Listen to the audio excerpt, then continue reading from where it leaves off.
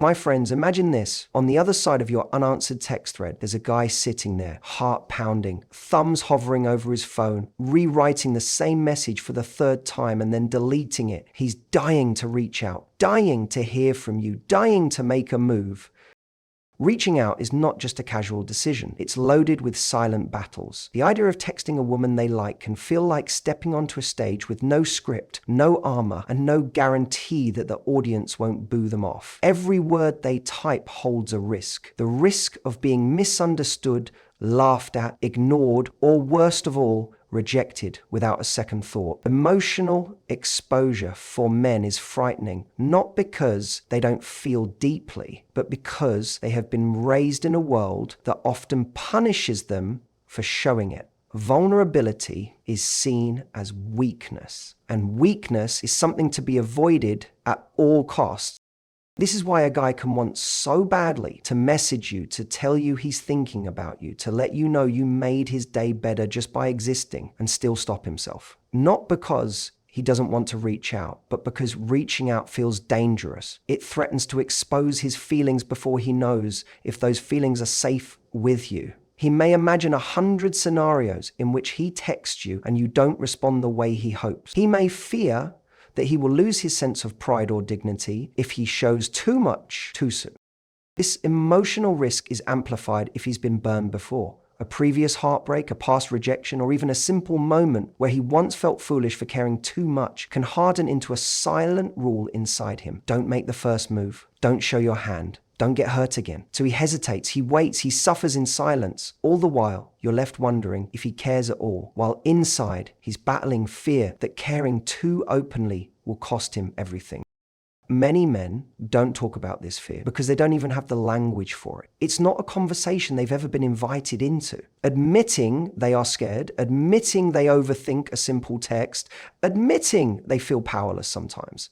These things feel almost forbidden. So instead of facing the fear, they disguise it. They act casual. They go silent. They pretend it's no big deal.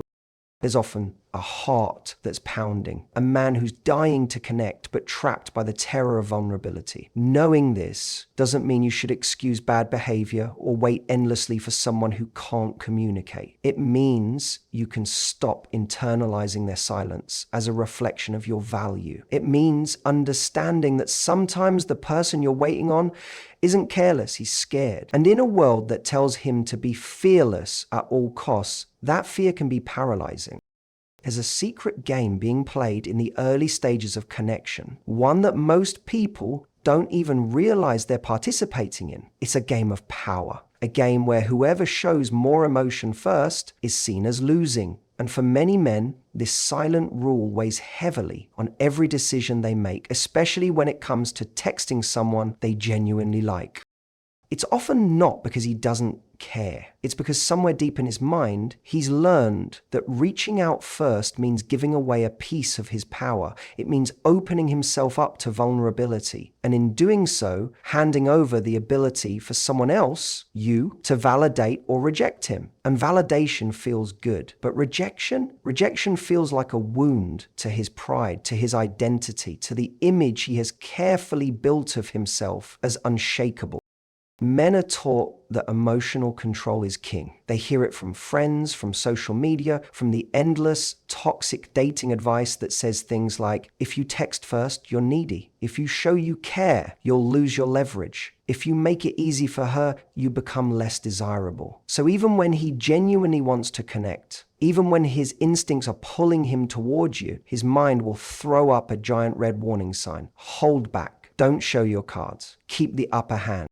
This isn't always calculated or manipulative. It's often automatic. It's a reflex born from fear. Fear that if he gives too much too soon, he'll be perceived as desperate. Fear that you'll lose interest if he seems too easy. Fear that he'll become just another guy chasing after someone who doesn't chase back. And because that fear strikes at the core of his self-esteem, it convinces him that silence is safer than vulnerability.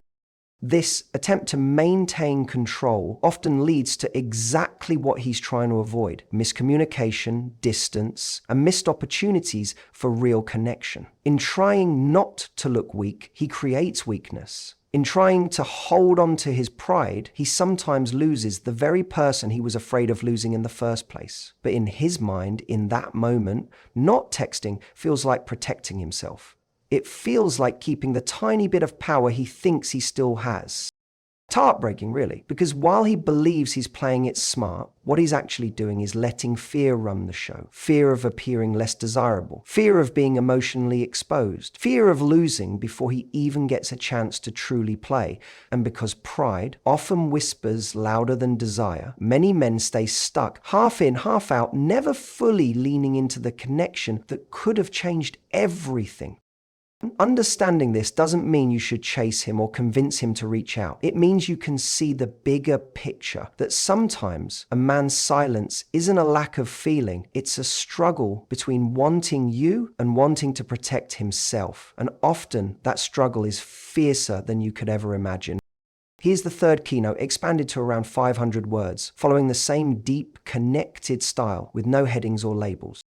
One of the most frustrating realities of dating is this: someone can want you, think about you constantly, and still not act on it. Not because they don't care, but because they are stuck inside a tornado of conflicting advice and self-doubt. For a lot of men, the decision to text or not to text is not a simple feeling of, I miss her, so I'll reach out. It's a psychological battle between what their heart feels and what their mind has been trained to believe.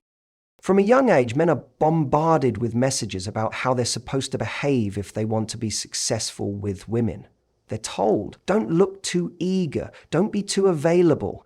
Women like a challenge. Mystery keeps you attractive. Over time, this advice doesn't stay just external, it gets internalized. It becomes a loud, insistent voice inside his own head, drowning out the natural impulse to connect with you honestly. From a young age, men are bombarded with messages about how they're supposed to behave if they want to be successful with women. They're told, don't look too eager, don't be too available. Women like a challenge. Mystery keeps you attractive. Over time, this advice doesn't stay just external, it gets internalized. It becomes a loud, insistent voice inside his own head, drowning out the natural impulse to connect with you honestly.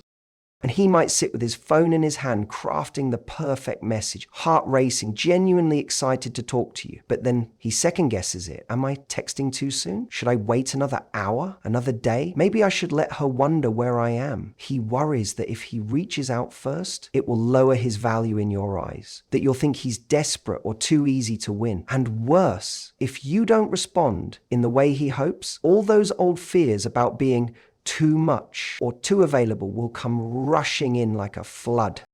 The most tragic part is that often the people giving this advice, friends, older siblings, even so-called experts, mean well. They think they're protecting him, giving him strategies to avoid heartbreak. But what they're really doing is teaching him to fear authentic connection. They're teaching him that being real is risky and being distant is smart. So even if everything inside him is screaming, talk to her, tell her you miss her, the fear of making the wrong move paralyzes him. The conflict between wanting to act naturally and feeling like he must play a strategic game keeps him stuck in inaction. And while he's trapped debating whether texting you will make him look weak, what he doesn't realize is that the real weakness lies in letting fear dictate his behavior. He thinks he's being careful, but he's actually building a wall between himself and the very intimacy he craves. On the receiving end, it can feel confusing and painful. You might wonder why someone who seemed so interested is suddenly silent. You might even start blaming yourself, questioning if you did something wrong. But the truth is, often it's not about you at all. It's about the internal war he's fighting between authenticity and strategy, between emotional risk and emotional safety. Knowing this doesn't mean excusing endless mixed signals. It means understanding that behind his hesitation is often a man torn between what he feels and what he's afraid to show. And in the end, only he can decide whether love is worth more than the illusion of control. Most people think that texting should be simple. Pick up your phone, type what's on your mind, and hit send. But for someone who truly cares, someone who is emotionally invested, texting becomes anything but simple. It becomes a high-stakes game where every word feels loaded with potential meaning, and the fear of getting it wrong can be paralyzing. When he genuinely wants to impress you or make you feel something special, he doesn't just casually fire off a message. He overthinks. He second guesses himself. What was supposed to be a quick text suddenly turns into a mental obstacle course. Is this too boring? Too cheesy? Too serious? Too flirty? Will she get the joke? Will she think I'm trying too hard? Will she think I'm not trying enough? What should have been a simple moment of connection spirals into an exhausting internal debate. Every little word choice starts to feel dangerous. A poorly timed emoji, a slightly too eager good morning, a joke that could fall flat. All of it feels like it could tip the balance between winning your attention or losing it. And because men are often taught that one mistake, one wrong move can cost them everything, they begin to treat texting you like walking a tightrope. One misstep and it's all over. Sometimes he drafts the message, deletes it, writes another, deletes that too. Sometimes he sets the phone down, thinking he'll come back to it in 5 minutes, only to leave it sitting there for hours because he can't figure out the perfect thing to say. What you experience as silence is often him, trapped inside his own overthinking, trapped by the fear that anything less than perfect will make you lose interest. It's not just about trying to impress you, it's about the terror of disappointment. The idea that he could be so close to something real and mess it up before it even starts. For someone who's serious about you, the stakes feel sky high, and the higher the stakes feel, the more the fear creeps in. The more the fear creeps in, the harder it becomes to act naturally. And the harder it is to act naturally, the easier it is to simply do nothing. This cycle feeds itself. The longer he hesitates, the more awkward it feels to finally reach out. The more time passes, the bigger the message has to be in his mind. It can't just be a "hey, how are you" anymore. Now it has to be something perfect, something worth the wait. And when the pressure to be perfect becomes unbearable, silence starts to feel like the safest choice, even if it's the most painful one. It might seem like he's indifferent or lazy, but often it's the opposite. His silence isn't casual, it's heavy, it's loaded with fear, hesitation, and a desperate hope not to ruin something he's already started to care about more than he wants to admit. And sometimes that fear holds him back longer than either of you deserve. Sometimes the most painful silence isn't caused by disinterest, it's caused by someone's deep battle with their own self-worth. You can be everything a man dreams of, smart, beautiful, kind, magnetic, and still he might find himself hesitating, withdrawing, holding back from texting you, not because he doesn't want you, but because deep down he doesn't believe he deserves you. Self-worth is invisible, but it controls so much of how we act in relationships. When a man doesn't feel good enough for you, every moment of connection becomes a moment of pressure. She likes me, I can relax and be myself, he thinks. How long until she realizes she can do better? He starts to see himself through the lens of fear. Fear that he can't live up to what you deserve. Fear that any moment now you'll see the cracks he's trying desperately to hide. And that fear doesn't always look obvious. It might come across as him being distant, inconsistent, confusing. But underneath it, there's a voice inside him whispering, "You're not enough. You're going to screw this up. Don't get too close. It'll hurt more when it ends." So he puts up walls. He creates distance. He tells himself stories that make it easier to retreat before he has a chance to be truly seen. When a man's self-worth is wounded, affection can feel threatening, compliments make him suspicious, your patience can feel undeserved, your interest becomes a puzzle he can't solve, because if he's decided in his mind that he's not worthy of something real, then every sign that you care only highlights the gap between who he believes he is and who he thinks you deserve. Instead of bringing him closer, it pushes him further away. It might seem like he's indifferent or lazy, but often it's the opposite. His silence isn't casual, it's heavy. It's loaded with fear, hesitation, and a desperate hope not to ruin something he's already started to care about more than he wants to admit. And sometimes that fear holds him back longer than either of you deserve. Sometimes the most painful silence isn't caused by disinterest. It's caused by someone's deep battle with their own self-worth. You can be everything a man dreams of, smart, beautiful, kind, magnetic. And still, he might find himself hesitating, withdrawing, holding back from texting you, not because he doesn't want you, but because deep down, he doesn't believe he deserves you. Self-worth is invisible, but it controls so much of how we act in relationships. When a man doesn't feel good enough for you, every moment of connection becomes a moment of pressure. She likes me. I can relax and be myself, he thinks. How long until she realizes she can do better? He starts to see himself through the lens of fear. Fear that he can't live up to what you deserve. Fear that any moment now, you'll see the cracks he's trying desperately to hide. That fear doesn't always look obvious. It might come across as him being distant, inconsistent, confusing. But underneath it, there's a voice inside him whispering, "You're not enough. You're going to screw this up. Don't get too close. It'll hurt more when it ends." So he puts up walls. He creates distance. He tells himself stories that make it easier to retreat before he has a chance to be truly seen.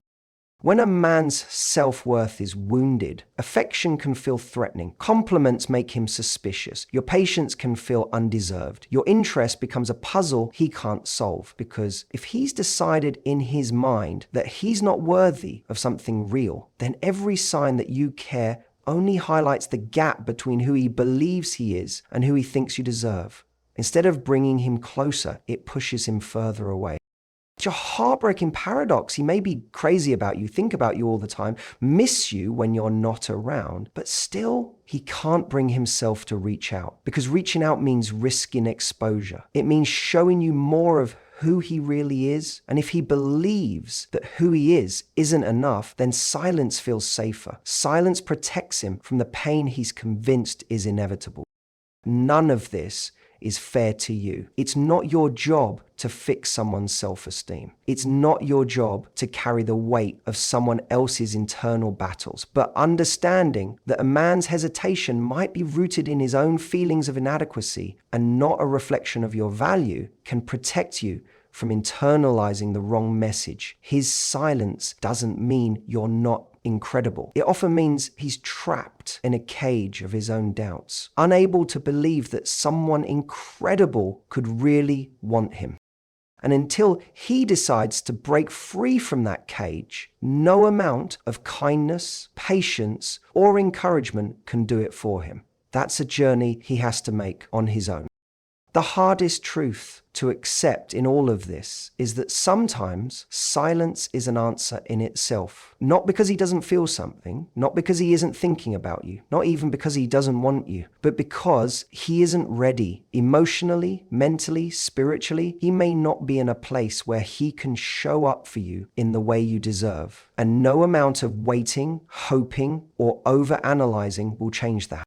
We often grow up believing that if someone cares enough, they'll act. That desire alone is enough to drive action. But the truth is, caring isn't always enough. Love, or even the beginning of love, demands more than just emotion. It demands courage. It demands self-belief. It demands the ability to risk vulnerability without letting fear win. And not everyone, no matter how strong their feelings, is equipped to meet that demand when it matters most.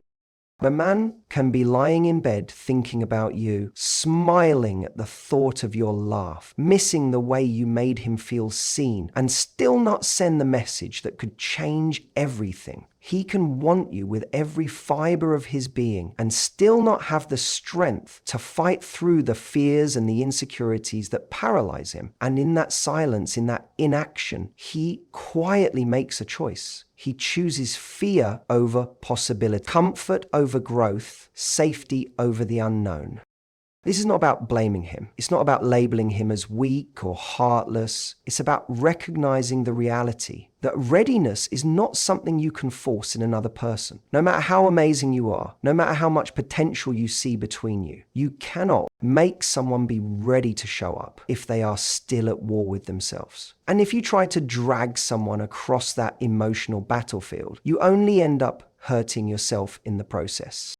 So when he doesn't text, when the silence stretches on, when the uncertainty starts to weigh heavy on your heart, remember, it's not always a reflection of how lovable you are. Sometimes it's a reflection of how trapped he still is. And your job is not to wait outside the walls he has built for himself. Your job is to keep walking toward the kind of love that doesn't make you beg for clarity, but the kind that stands tall, brave, and sure. The kind that texts back without fear, without games, without hesitation. The truth is simple, but often the hardest to swallow. You are not meant to spend your precious time decoding mixed signals, waiting for someone to find their courage, or shrinking yourself to fit inside someone else's fears. When a man is ready, truly ready, you won't have to pull him closer or wonder where you stand. His actions will be clear, his words will feel safe, and you will know without a shadow of doubt that you are chosen.